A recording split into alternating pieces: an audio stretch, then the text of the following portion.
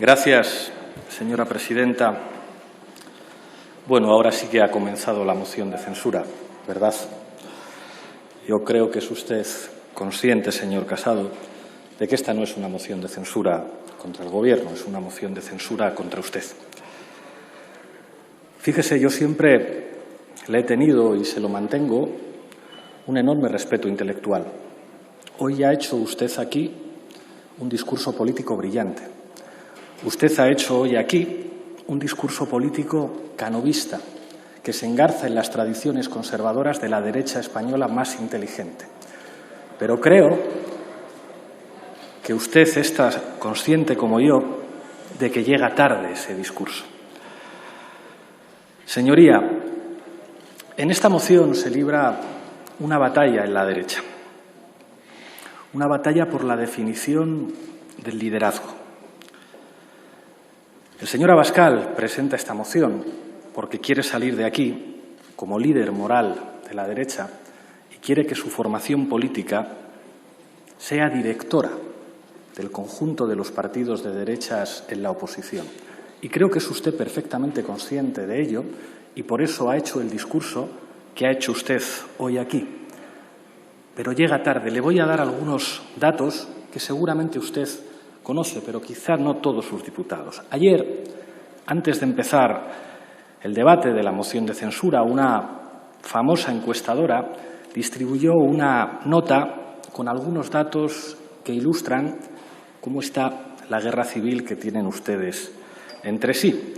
Esa encuesta decía que el 50% de todos los votantes de la derecha piensan que el PP y Ciudadanos deberían votar a favor de Abascal como candidato a presidente del Gobierno en esta moción de censura. El 50%.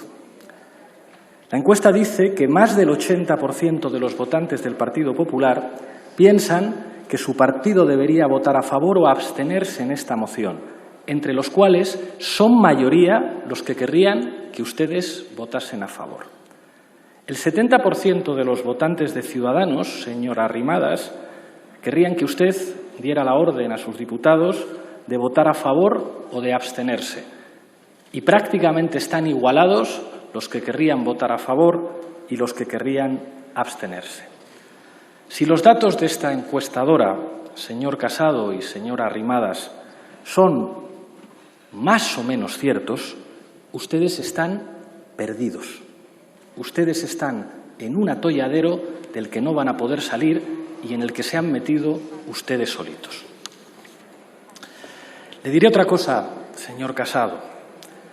Esta moción ha sido seguida con enorme atención por parte de muchas embajadas.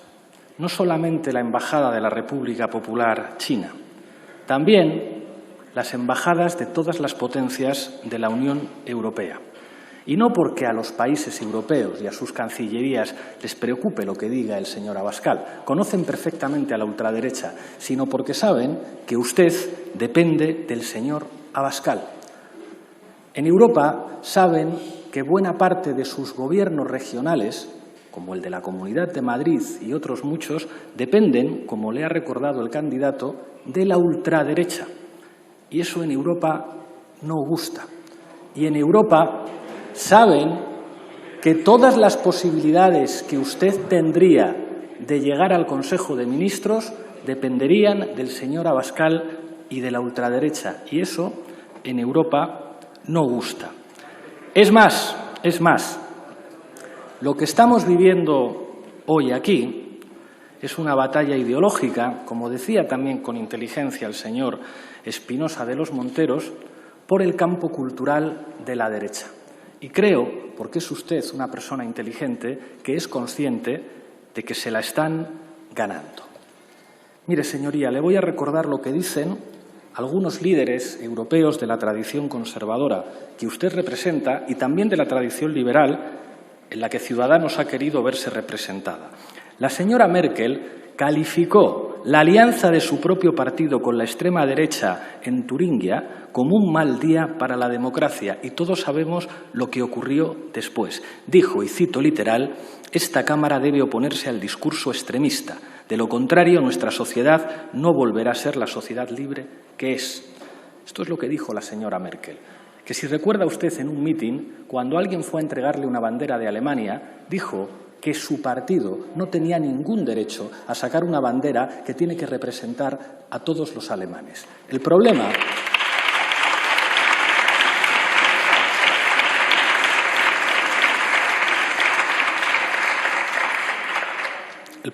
es que es demasiado tarde para que ustedes actúen como la democracia cristiana alemana. Señora Arrimadas, le cito literal a Emmanuel Macron: no puede haber alianzas con la ultraderecha en España. Miramos lo que hace el Partido Popular, pero evidentemente también lo que hace Ciudadanos, con quienes tenemos vínculos amistosos desde hace tiempo. Cualquier alianza con la extrema derecha es muy grave. Una plataforma común entre Ciudadanos y la extrema derecha pondría en cuestión la cooperación política para construir un grupo centrista renovado en la Unión Europea. No se trata de una anécdota, es una de nuestras grandes preocupaciones. Francia no tendrá ninguna complacencia con estos acercamientos. Yo sé, señora Arrimadas, que usted piensa que Albert Rivera se equivocó acudiendo a la Plaza de Colón. Yo sé que usted está de acuerdo con el señor Valls, que quizá por ser más europeo que ustedes tuvo el instinto suficiente como para saber lo que significaba aquella foto en la Plaza de Colón. No se ría, señora Arrimadas, su resultado electoral tiene mucho que ver con haberse hecho una foto con la extrema derecha en la Plaza de Colón.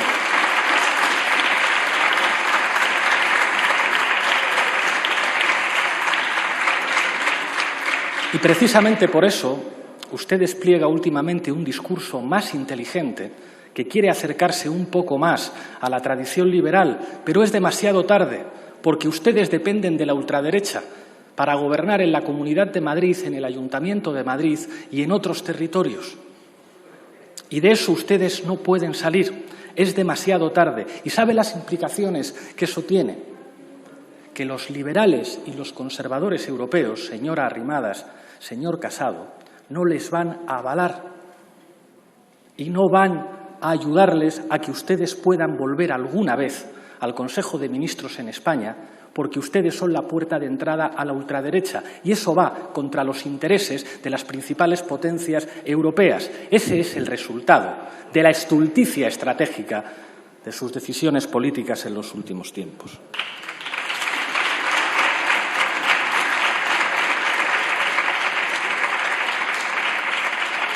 Le digo algo más. Supongo, señor Casado, que ha sido usted consciente de la reivindicación sin complejos del presidente Donald Trump que han hecho los candidatos de Vox.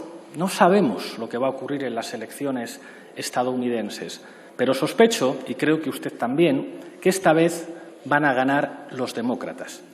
¿Usted cree que después de las elecciones de noviembre en los Estados Unidos, si ganan los demócratas, la diplomacia estadounidense puede entender que una fuerza política como usted llegue al gobierno de la cuarta economía de la zona euro dependiendo de la ultraderecha?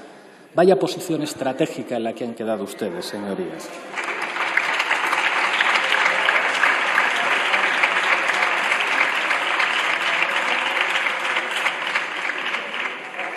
No voy a entrar a los insultos, a las descalificaciones, pero sí quiero comentar algunos elementos de enorme importancia política para nuestro país que han quedado definidos en esta moción de censura de la ultraderecha contra la derecha de toda la vida. Ha quedado certificado aquí el fin de las condiciones de posibilidad de una derecha mínimamente moderada en España. Esto no es algo nuevo, esto forma parte de los problemas históricos de la derecha. La derecha española más inteligente siempre reivindicó a Cánovas y el legado teórico de Donoso Cortés. El problema es que demasiadas veces en la historia se vio de frente a su propio inconsciente, a su propia naturaleza. Porque estos señores surgen de ustedes, señor Casado.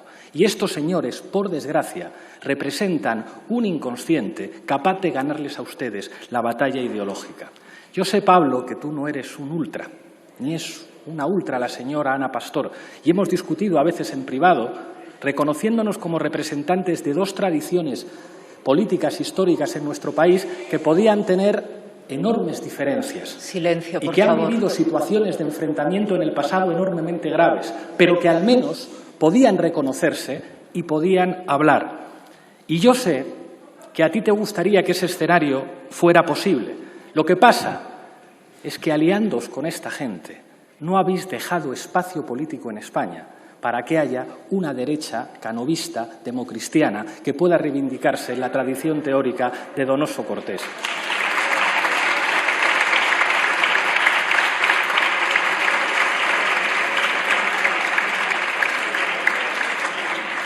Ni tampoco, señora Arrimadas, va a poder reivindicarse usted en la tradición de Práxedes Mateo Sagasta, ni va a poder reivindicar, como hicieron en el pasado, a los liberales de Cádiz. Ustedes, señorías, dieron oxígeno al monstruo y ahora el monstruo les está devorando a ustedes. ¿Saben cuál es la mejor prueba de esto? Su actitud, su agresividad. Son incapaces de mantenerse en silencio cuando un orador que dice cosas que no les gusta está tomando la palabra desde la tribuna. Y esa agresividad no responde a lo que ustedes son, porque ustedes son perfectamente capaces de comportarse, sino que ustedes han interiorizado que tienen que competir con Vox. ¿Ustedes creen que no es evidente que la elección de Cayetana Álvarez de Toledo como portavoz parlamentario de su partido era una manera de competir culturalmente por el espacio que se disputan con Vox? Y que lo que consiguieron precisamente fue elevar la agresividad hasta extremos tan absurdos que les obligó a sustituir a su portavoz, la que, por cierto, no sabemos qué va a votar en esta moción de censura. A ver si nos lo aclara después y si al menos ustedes son un partido tan serio como para mantener la disciplina parlamentaria en su grupo. Pero fíjense que lo que nos hemos encontrado con la sustitución de la señora Álvarez de Toledo por la señora Gamarra es que, aunque al principio intentó aportar un estilo diferente, la propia dinámica política le obliga a mantener el mismo estilo. Silencio, por favor. Cosas. Silencio. Perdone, vicepresidente segundo. Un momento, por favor. Pido silencio. Señor Matarí. Silencio, por favor. No tiene usted la palabra. Sí, el señor vicepresidente segundo tiene la palabra. Silencio, por favor. Creo que eres consciente, Pablo, de que el comportamiento maleducado y faltón de tu bancada te hace muchísimo daño, porque el discurso brillante que has hecho hoy aquí es incompatible con esas faltas de respeto permanentes. Y tú, que eres un hombre inteligente, eres consciente de ello.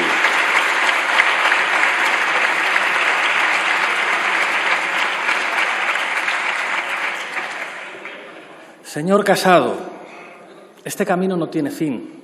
Ustedes no son una derechita cobarde. No lo son. Recurrieron el Estatut de Cataluña al Tribunal Constitucional. Recurrieron también al Tribunal Constitucional el matrimonio homosexual, colocándose en posiciones más conservadoras que las que está manteniendo ahora mismo nada más y nada menos que el Papa de Roma. Ustedes aplicaron con mano de hierro la austeridad, recortaron los servicios públicos, bajaron los impuestos a los ricos y destruyeron derechos laborales. Tienen bloqueado el Consejo General del Poder Judicial y su presidente en la Comunidad de Madrid ha declarado abiertamente que la oposición al terrible gobierno socialcomunista es ella, el rey de España y los jueces. Ustedes, señor Casado, crearon una policía política en el Ministerio del Interior para tratar de proteger a sus propios delincuentes y para tratar de fabricar noticias falsas contra los adversarios. Y a pesar de que han hecho todo eso, Vox le sigue llamando derechita cobarde. ¿No se dan cuenta que no tiene fin? Que por muy duros que sean sus parlamentarios, por muy maleducados, por muy faltones, por muchas barbaridades que digan sus senadores, por mucho que traten ustedes de ser más radicales que Vox, es imposible que en ese terreno de juego les ganen la batalla ideológica y cultural. Creo que usted es consciente, pero sabe que está atrapado, porque usted depende del señor Abascal para seguir gobernando, para tener alguna posibilidad de gobierno en España, y sabe además que en el reparto de posiciones ideológicas tienen todas las de ganar. Por eso ustedes y la señora Arrimadas están perdidos.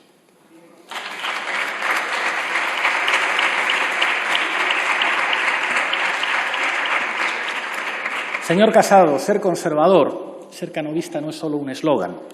Implica tomar decisiones políticas. Usted tenía que haber parado los pies a José María Aznar. de verdad que... Silencio, por favor. Entiendo. Guarden respeto. ¿No se dan cuenta de que cada vez que gritan, de que cada vez que actúan con esa mala educación en sede parlamentaria, ustedes están introduciendo miles de votos en las urnas de Vox, señorías? Les pido al menos inteligencia política para defender sus propios intereses como partido. Decía, señor Casado, que usted tendría que haber tenido la contundencia como líder conservador para pararle los pies al señor Aznar. Hay un periodista monárquico muy inteligente que decía que Aznar era el pianista que tocaba 3 teclados. Un teclado naranja, que sonaba más suave, un teclado azul, que sonaba más tradicional, y un teclado verde, que sonaba mucho más bronco. Pero era José María Aznar quien estaba tocando las teclas de esos 3 teclados. Y precisamente por ese proyecto ideológico del aznarismo están ustedes perdidos en la situación estratégica lamentable en la que están. La FAES de Aznar dijo hace pocos días, y cito literal, el Parlamento no es soberano, sobre todo cuando izquierda, podemitas y nacionalistas tienen mayoría. ¿No se dan cuenta que es lo mismo que está diciendo Abascal? El candidato de Vox sabe perfectamente que mientras en este país no se ilegalicen partidos políticos, es misión imposible que ustedes vuelvan con ellos al Consejo de Ministros. Y por eso defendió ayer abiertamente aquí que hay que legalizarnos a nosotros por rojos, al PNV por vascos, a Bildu por lo mismo, a Esquerra Republicana, a Junts pel Cat. Lo que está diciendo no es una locura. Sabe perfectamente que solamente ilegalizando a los que ellos consideran los enemigos de España y que, por tanto, están inhabilitados para representar la soberanía nacional, pueden llegar ustedes al poder. Pero usted cometió hace pocas semanas un error muy parecido. Cuando dijo que al ministro de Consumo y a mí no nos habían votado los españoles y al jefe del Estado sí, usted en realidad estaba cayendo en la trampa de considerar que el fundamento del sistema político español es el principio monárquico y no las Cortes Generales. Y esa es la gran trampa del aznarismo.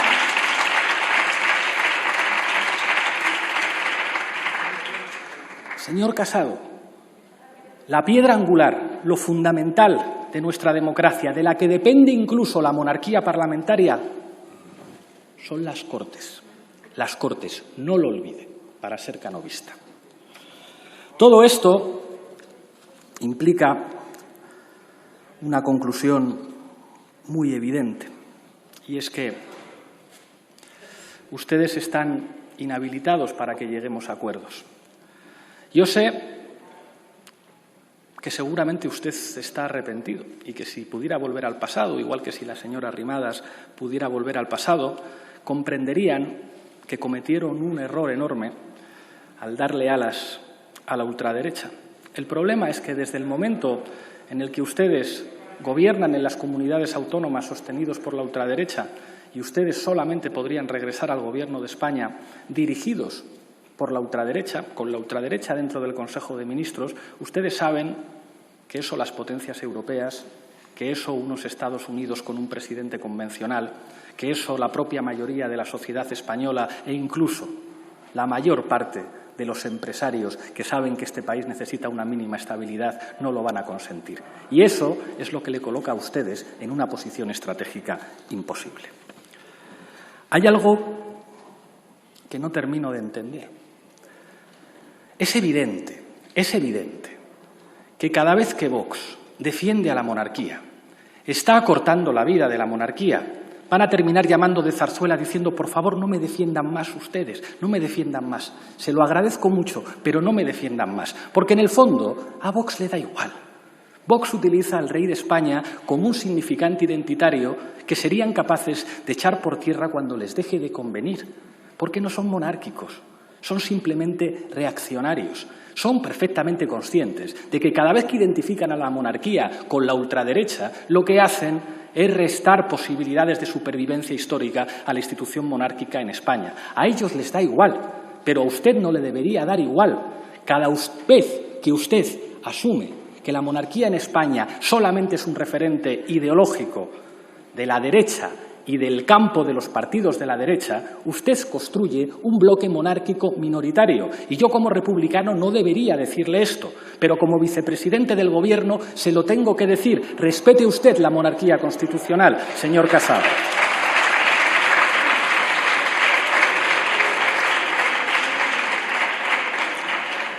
Quiero referirme, para ir acabando, a las fuerzas políticas que forman no solamente una mayoría de investidura, no solamente una mayoría que debe permitirnos a este Gobierno sacar los presupuestos adelante, sino que forman, y creo que esta moción de censura tiene que servir para reforzar eso, un bloque de dirección de Estado con sentido histórico. Una de las deficiencias originales, fundamentales del Estado español ha sido su excesivo centralismo.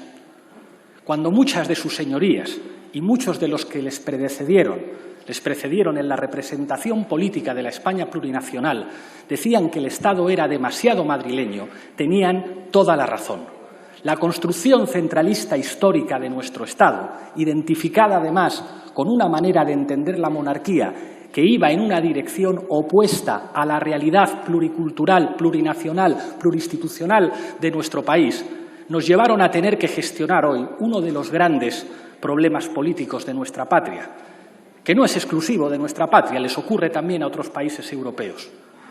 Creo que ustedes tienen que saber leer la oportunidad histórica que implica asumir en estos momentos, para las fuerzas democráticas que somos mayoritarias en esta Cámara, una dirección de Estado que reforme el Estado, que democratice nuestro país, que apueste por lo público, que sepa leer que la principal lección de esta pandemia es la necesidad de tener una sanidad mucho mejor. Atienda esa sanidad o sea gestionada esa sanidad en euskera, en galego, en catalán o en castellano. Y eso lo tenemos que construir todos y todas juntos.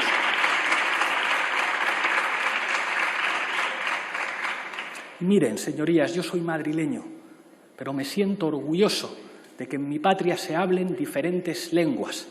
Me siento orgulloso de que haya una pluralidad institucional en mi país. Me siento orgulloso, señor Rufián, de que la Generalitat catalana sea un patrimonio no de la democracia en Cataluña, sino un patrimonio de la democracia española.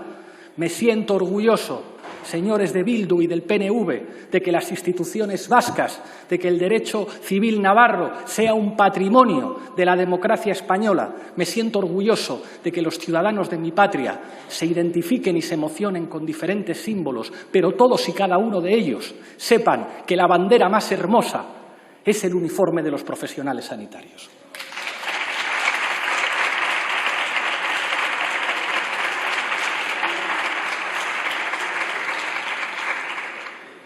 Tenemos una tarea, señorías,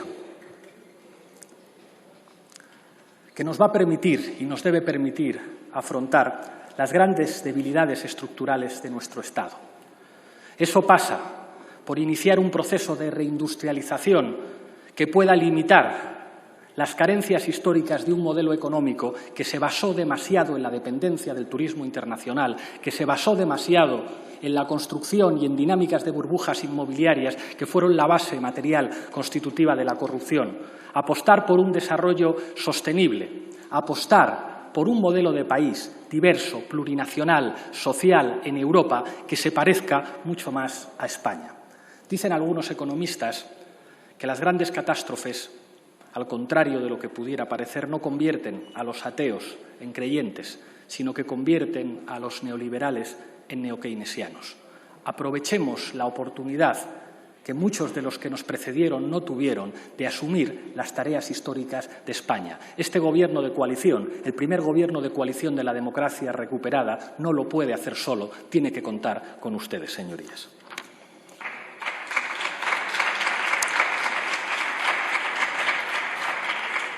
Y para terminar, quiero dirigirme a la gente que está escuchando este debate, a los jóvenes que sufren precariedad laboral, a los que han vivido ya 2 crisis seguidas y que ven con escepticismo y con incertidumbre el futuro, A las mujeres que lo tienen todo más difícil y que cuando logran los objetivos que se proponen con mucho esfuerzo, por ejemplo, llegando a ser diputadas en esta Cámara, hay algunos machistas que las desprecian diciéndoles que son floreros en manos de un hombre.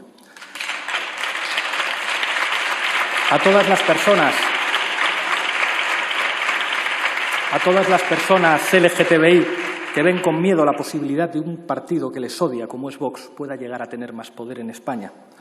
A las personas migrantes que han venido de otros países a vivir y a trabajar con nosotros, muchas veces huyendo de situaciones muy difíciles. Hay más dignidad y más patriotismo en una uña de cualquier trabajador migrante que cada día sale a trabajar para buscarse la vida para su familia que en todos y cada uno de los parlamentarios de la ultraderecha. A la clase trabajadora, a todos los hombres y mujeres que sí se levantan cada día a dar el callo en sus puestos de trabajo o a abrir sus negocios o a buscar trabajo y que sufren la explotación de señoritos con apellidos compuestos, como los que componen el grupo parlamentario de la ultraderecha.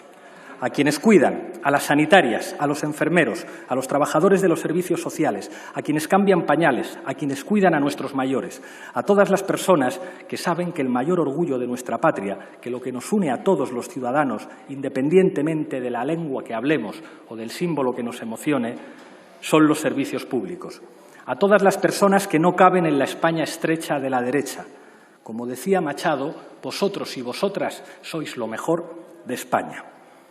No vamos a permitir que nadie traiga a la patria una dictadura que quiera destruir la dignidad, la libertad, la solidaridad, la cultura y los derechos de todos y todas. Nos tendrán siempre en frente, en el Gobierno y al lado de nuestro pueblo. La patria es la gente. Muchísimas gracias.